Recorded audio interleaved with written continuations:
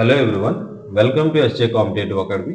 ఈరోజు మన ఈ వీడియోలో ఎస్ఎస్సి జీడీకి సంబంధించినటువంటి జనరల్ నాలెడ్జ్ క్వశ్చన్స్ కోసం చెప్పుకుందాం.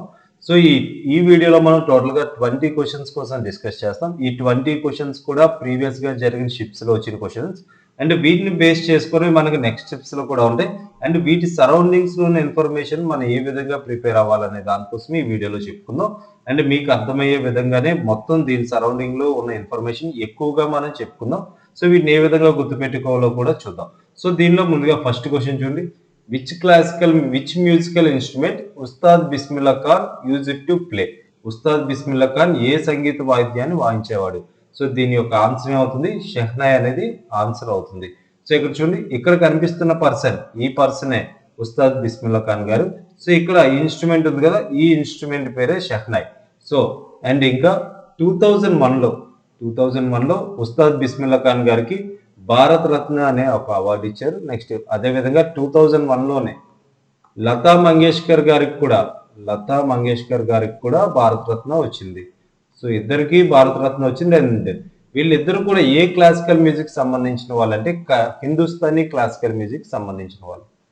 హిందుస్థానీ క్లాసికల్ మ్యూజిక్ కి సో మొత్తం ఎన్ని టైప్స్ ఆఫ్ క్లాసికల్ మ్యూజిక్స్ ఉంటాయి? 2 టైప్స్ ఆఫ్ క్లాసికల్ మ్యూజిక్స్ అనేవి ఉంటాయి.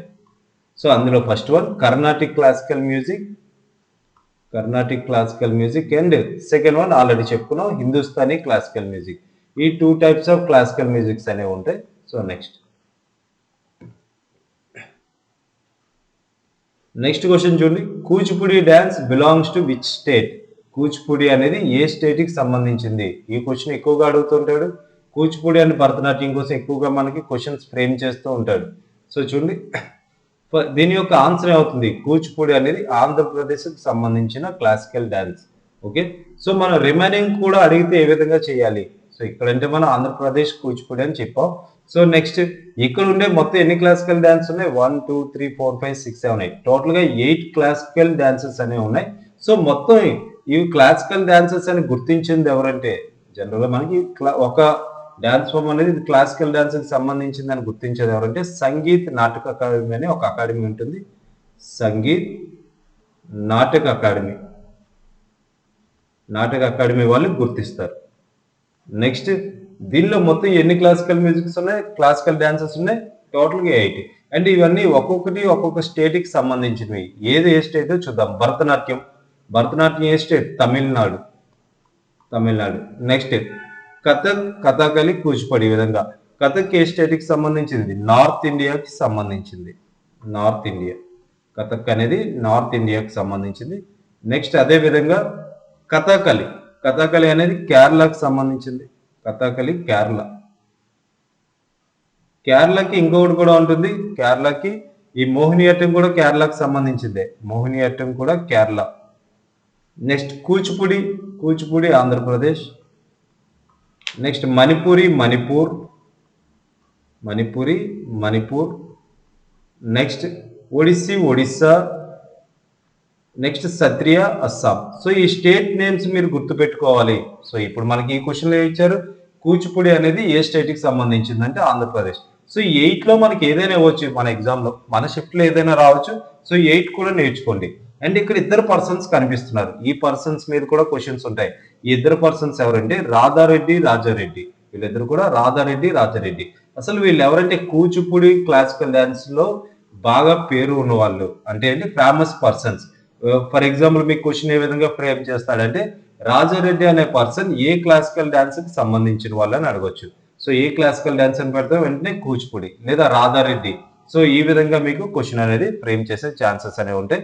సో ఆల్రెడీ మనం 2 టైప్స్ ఆఫ్ క్లాసికల్ డాన్స్ ఉన్నాయని చెప్పుకున్నాం. So classical musics. సో ఇందులో కొన్ని క్లాసికల్ డాన్స్ అనేవి కర్ణాటిక్ క్లాసికల్ మ్యూజిక్ మీద ప్లే చేస్తారు, కొన్ని అనేవి హిందుస్థానీ క్లాసికల్ మ్యూజిక్ మీద ప్లే చేస్తారు. సో ఇందులో కర్ణాటిక్ క్లాసికల్ మ్యూజిక్ మీద ఏ విధమైన క్లాసికల్ డాన్స్ అనేవి ప్లే చేస్తారో చూద్దాం. అవి ఫస్ట్ వన్ ఇది చూడండి. ఇది first one Bharatanatyam. Next Kuchipudi. Next Kathakali. Next Mohiniyattam. ఈ 4 కూడా కర్ణాటిక్ క్లాసికల్ మ్యూజిక్ సంబంధించినవి. సో రిమైనింగ్ ఈ 4 రిమైనింగ్ ఏంది? మణిపూరి, కథక్, ఒడిస్సీ, సత్రియా. ఇవన్నీ కూడా హిందుస్థానీ క్లాసికల్ మ్యూజిక్ మీద ప్లే చేస్తారు. సో ఈ ఇన్ఫర్మేషన్ లో మీకు ఎటువంటి క్వశ్చన్ అయినా మీకు ఫ్రేమ్ చేయొచ్చు. సో వీటి కోసం నీట్గా నేర్చుకోండి. నెక్స్ట్ క్వశ్చన్ చూడండి. Andaman jurisdiction comes under which high court? So Andaman ఇక్కడ చూడండి, అండమాన్ అధికార పరిధి ఏ హైకోర్ట్ కిందకి వస్తుందని మనకి ఇక్కడ క్వశ్చన్ అడిగారు. సో దీనికి ఆన్సర్ ఏమవుతుంది కింద చూడండి, అండమాన్ అండ్ నికోబార్ ఐలాండ్స్ దేనికి? High court of Calcutta. Next Lakshadweep అయితే Kerala. Next Puducherry Madras high court. Daman and Diu Bombay high court. వీటిని మీరు గుర్తుపెట్టుకోండి. సో నెక్స్ట్ టైం ఇందులో ఏదైనా అడగొచ్చు. మనకి ఇక్కడ ఏం అడిగారు? అండమాన్ అధికార పరిధి ఏ హైకోర్ట్ కిందకి వస్తుంది? సో దీని యొక్క ఆన్సర్ అవుతుంది కలకత్తా అనేది ఆన్సర్ అవుతుంది. So next, Bhama Kalapam is the classical dance drama associated with which Indian classical dance form? Bhama Kalapam అనేది ఏ భారతీయ శాస్త్రీయ నృత్య రూపానికి సంబంధించిన శాస్త్రీయ నృత్య నాటకం? సో అంటే చూడండి, ఈ భామకల్పం అనేది ఇందులో మనకి ఇచ్చిన 4 ఆప్షన్స్ లో 1 టైప్ ఆఫ్ క్లాసికల్ డాన్స్ కి సంబంధించింది. సో అంటే కొంచెం దగ్గరగా అదే విధంగా ఉంటాయి. సో అదేంటంటే మనకు ఆన్సర్ కూచిపూడి అనేది ఆన్సర్ అవుతుంది. సో చూడండి, ఈ కూచిపూడి కోసం మనం కొంచెం చెప్పుకుందాం. కూచిపూడి అనేది కృష్ణా డిస్టిక్ లో కుచలపురం, కృష్ణా డిస్టిక్ కుచలపురం అనే ఒక ప్రాంతంలో నుండి అభివృద్ధి చెంది, అంటే అక్కడ నుండి డెవలప్ అయింది. నెక్స్ట్, ఈ భామకల్పం కోసం మనం మాట్లాడితే, భామ అంటే నేమ్, సత్యభామ గారు ఉన్నారు, సత్యభామ అనే ఒక నేమ్. కల్పం అంటే లైక్ దీని మీనింగ్ ఏంటంటే, ఫర్ ఎగ్జాంపుల్ ఫిర్యాదు అంటే కంప్లైంట్ అయినా లేదా అసూయ పడ్డం అంటారు కదా, జలస్. సో ఫిర్యాదు అయినా లేదా జలస్ అంటే అసూయ, ఆ విధంగా అంటాం. సో సత్యభామ గారికి సంబంధించినటువంటి సరౌండింగ్స్ లో ఉన్న వాటికి సంబంధించి ఇటువంటి క్లాసికల్ డాన్స్ అనేది ఉంటుంది. ఈ భామకల్పంలో మొత్తం దానికి సంబంధించిందే ఉంటుంది. సో ఓకే, ఈ భామకల్పం అనేది దేనికి దగ్గరగా అంటే associated with which Indian classical dance form అంటే ఏమవుతుంది? కూచిపూడి అనేది కరెక్ట్ వన్ అవుతుంది. Next one, the site of Harappa is located on the bank of river. So Harappa అనే ఒక ప్రాంతం ఏ నది ఒడ్డున ఉందని క్వశ్చన్. సో మనకి ఇవన్నీ గుర్తుపెట్టుకోవాలి. ఇంకా మనం మెయిన్ ఇవి. సో ఇవైనా మీరు గుర్తుపెట్టుకోండి. హరప్పా ఏ నది పక్కన ఉంది?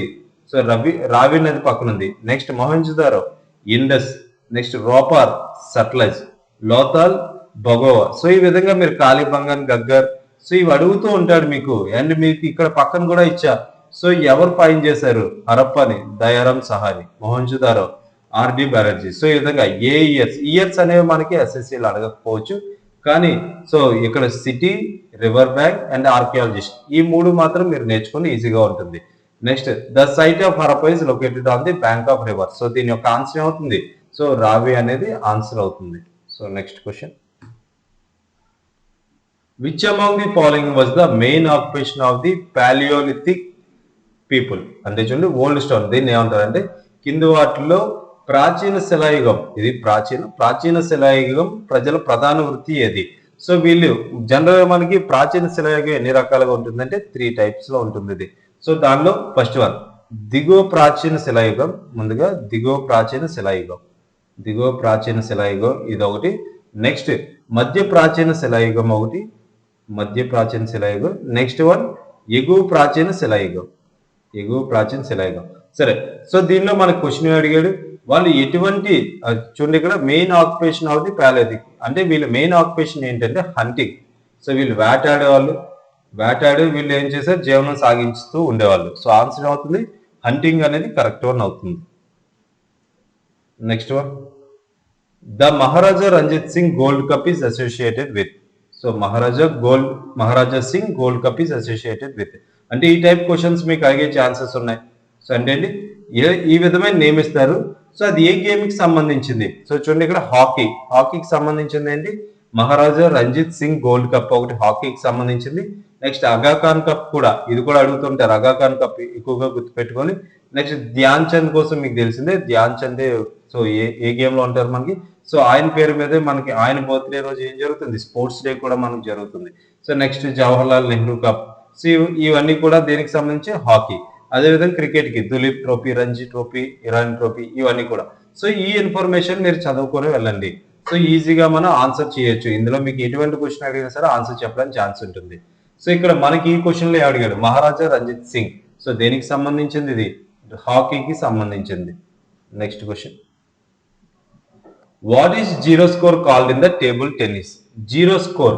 జీరో స్కోర్ అంటే జీరో ఉన్నాయి అనుకుందాం 2%. మనం ఏంటి ఫర్ ఎగ్జాంపుల్ టెన్నిస్ ఆడినప్పుడు ఇద్దరికి టెన్నిస్ ఆడినా బ్యాడ్మింటన్ ఆడినా మనం అంటే జీరో అంటే ఏమంటే లవ్ అని పిలుస్తాం. జీరోని ఏమంటే లవ్.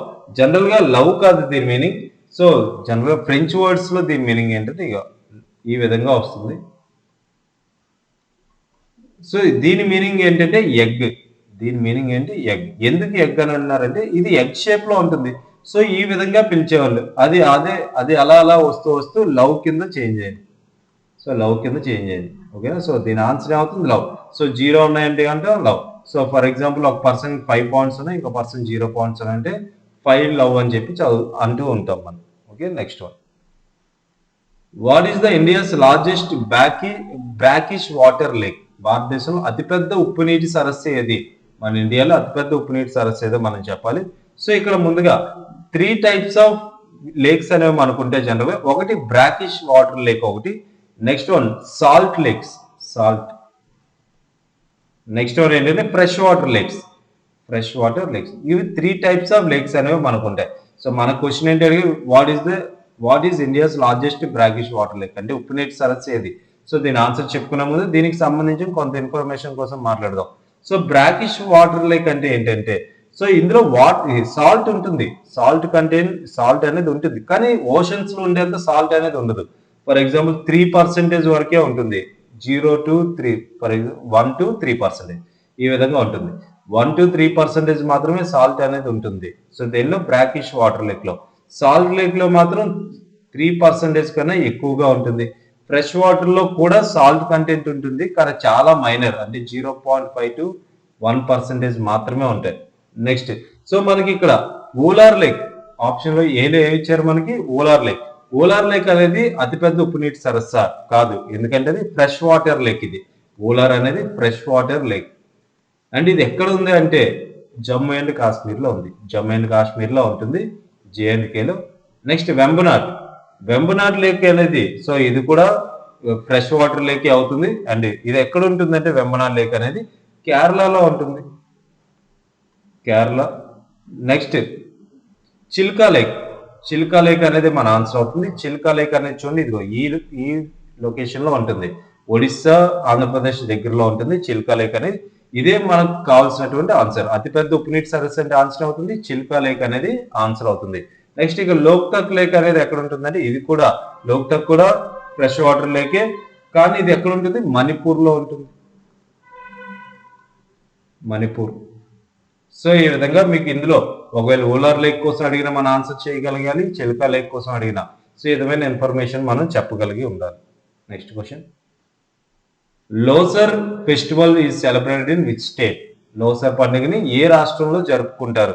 సో ఇది ఏ రాష్ట్రంలో జరుపుకుంటారో తెలియాలి. అసలు లోసర్ పండుగ అంటే ఏంటి? లోసర్ పండుగ అంటే అదేంటో మనకు తెలియాలి. సో జనరల్ గా ఈ పండుగ దేనికంటే స్ప్రింగ్ ఫెస్టివల్ అని అంటాం, స్ప్రింగ్ ఫెస్టివల్. సో దీని యొక్క ఆన్సర్ ఏమవుతుంది? ఇగో ఈ విధంగా ఫెస్టివల్స్ అనేది జరుపుకుంటారు. Spring festival. సో ఏంటిది? లోసర్ అనేది ఎక్కడ జరుపుకుంటారు అంటే దీని ఆన్సర్ అరుణాచల్ ప్రదేశ్ అనేది ఆన్సర్ అవుతుంది. సో రిమైనింగ్ ఇంకా ఇదే పండుగను మన తెలుగులో ఆంధ్రప్రదేశ్ లో ఏమంటారంటే ఉగాది అని పిలుస్తాంగా. సో ఇది కూడా స్ప్రింగ్ ఫెస్టివల్, ఉగాది. నెక్స్ట్ దీన్నే కేరళలో ఓనం అని పిలుస్తాం, ఓనం. నెక్స్ట్ అస్సాంలో దీనే బిహు అని పిలుస్తాం. సో ఈ విధంగా ఒక్కొక్క స్టేట్ లో ఒక్కొక్క నేమ్ అనేది ఉంటుంది స్ప్రింగ్ ఫెస్టివల్స్ కి. సో లోసర్ అనే ఫెస్టివల్ ఏంటది? అరుణాచల్ ప్రదేశ్ సంబంధించింది. ఈ విధంగా డాన్స్ వేసి వీళ్ళు సెలబ్రేట్ చేసుకుంటూ ఉంటారు. Next one. Who was the British prime minister at the time of second round table conference? So సెకండే కాదు, ఫస్ట్ అడిగినా, సెకండ్ అడిగినా, థర్డ్ అడిగినా ఈ మూడిటికి ఒకటే ఆన్సర్. ఏ రౌండ్ టేబుల్ సమావేశంలో అయినా సరే ఉన్నది ఎవరు? Ramsay MacDonald. ఈ ఫోటోలో కనిపిస్తున్న పర్సనే రామ్సే మెక్డొనాల్డ్ అనే పర్సన్. సో ఈయన ఫస్ట్ రౌండ్ టేబుల్ సమావేశానికి, సెకండ్ రౌండ్ టేబుల్ సమావేశానికి, థర్డ్ రౌండ్ టేబుల్ సమావేశానికి మూడింటికి కూడా ఈయనే ఉన్నారు. So and first round table సమావేశం అప్పుడు జరిగిందంటే 1930లో జరిగింది. ఈ డేట్స్ గుర్తుపెట్టుకునే ఇయర్స్. సెకండ్ రౌండ్ టేబుల్ సమావేశం 1931లో, థర్డ్ రౌండ్ టేబుల్ సమావేశం 1932లో జరిగింది. సో నెక్స్ట్ ఈ ఫస్ట్ రౌండ్ టేబుల్ సమావేశం అప్పుడు జరిగిందంటే 1930 12th నవంబర్లో జరిగింది. సో ఈ డేట్స్ అనేవి మ్యాక్సిమం మీకు అడగడు, కానీ ఇయర్స్ అడిగే ఛాన్సెస్ ఉన్నాయి. నెక్స్ట్ ఈ మూడు కూడా లండన్లోనే జరుగుతాయి. ఈ మూడు కూడా లండన్లోనే జరిగాయి. సో ఈ డేట్స్ కావాలనుకుంటే 7th సెప్టెంబర్, ఇది 7th September 1931 second round table సమావేశం జరిగింది. నెక్స్ట్ నవంబర్ 17th 1932లో థర్డ్ రౌండ్ టేబుల్ సమావేశం జరిగింది. సో ఈ మూడింటికి కూడా ఎవరు ఉంటారు ఇక్కడ? ప్రైమ్ మినిస్టర్ ఎవరు ఆ టైంలో? British prime minister Ramsay MacDonald. ఇంకొకటి మన ఇండియా తరపున ఇంకొక క్వశ్చన్ అడగొచ్చు. సో అదేంటంటే ఈ మూడు సమావేశాలు కూడా మన ఇండియా నుండి అటెండ్ అయిన పర్సన్ ఎవరంటే the great doctor BR Ambedkar గారు. డాక్టర్ బిఆర్ అంబేద్కర్ గారు. సో మూడు సమావేశాలకు కూడా ఈయన అటెండ్ అయ్యారు. So next question, in which year was NABARD established? NABARD అనేది ఎప్పుడు ఎస్టాబ్లిష్ చేశారు? అసలు నాబార్డ్ అంటే ఏంటి? నాబార్డ్ ఫుల్ ఫామ్ ఏంటి? నేషనల్ బ్యాంక్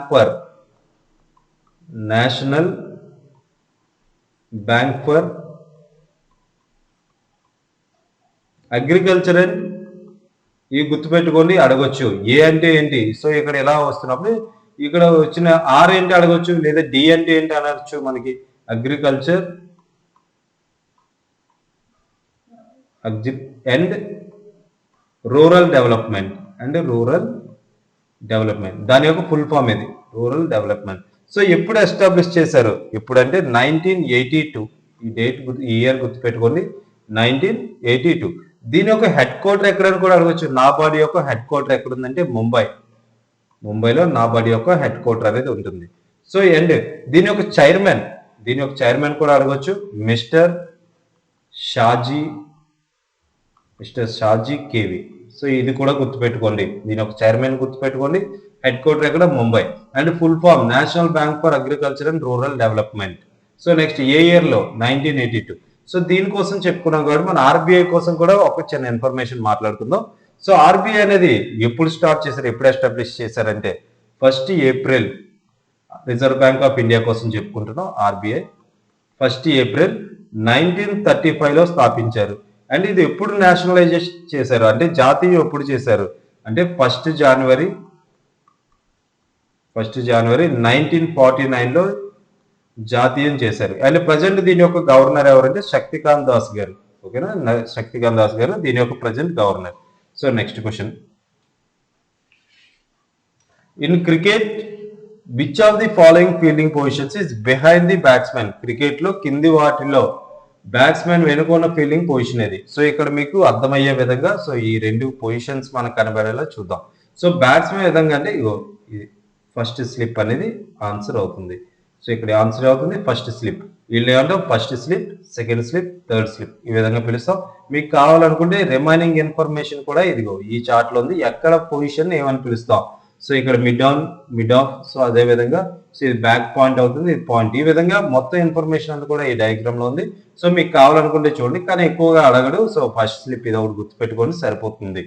సో దీని నుండి మనం ఇంకా మాట్లాడుకోవాల్సిన ఇన్ఫర్మేషన్ ఏముందంటే ఫస్ట్ టెస్ట్ మ్యాచ్ ఎప్పుడైందో తెలుసు?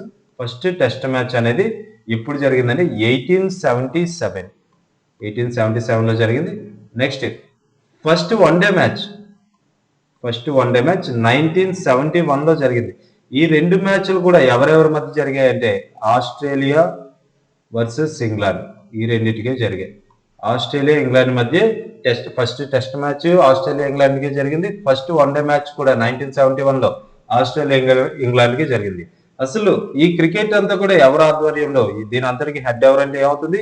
ఐసీసీ అవుతుంది. ఐసీసీ ఫుల్ ఫామ్ ఏంటి? International cricket council. ICC international cricket council. ఇది ఎప్పుడు స్థాపించారంటే 1909లో స్థాపించారు. ఐసీసీని 1909లో స్థాపించారు. అండ్ దీని యొక్క హెడ్ క్వార్టర్, ఐసీసీ యొక్క హెడ్ క్వార్టర్ ఎక్కడంటే దుబాయ్ అనేది ఆన్సర్ అవుతుంది. నెక్స్ట్ మన ఇండియాకి సంబంధించింది అని ఏమంటాం? సో వరల్డ్ వైడ్ గా అంటే ఐసీసీ, మొత్తం అందరికీ ఎవరు హెడ్? ఐసీసీ. నెక్స్ట్ ఇండియాకి సంబంధించిందంటే బీసీసీఐ అనేది ఇండియాకి సంబంధించింది. బీసీసీఐ ఫుల్ ఫామ్ ఏంటి? Board of control for cricket. Board of control for cricket. So దీని BCCI full form board of control for cricket.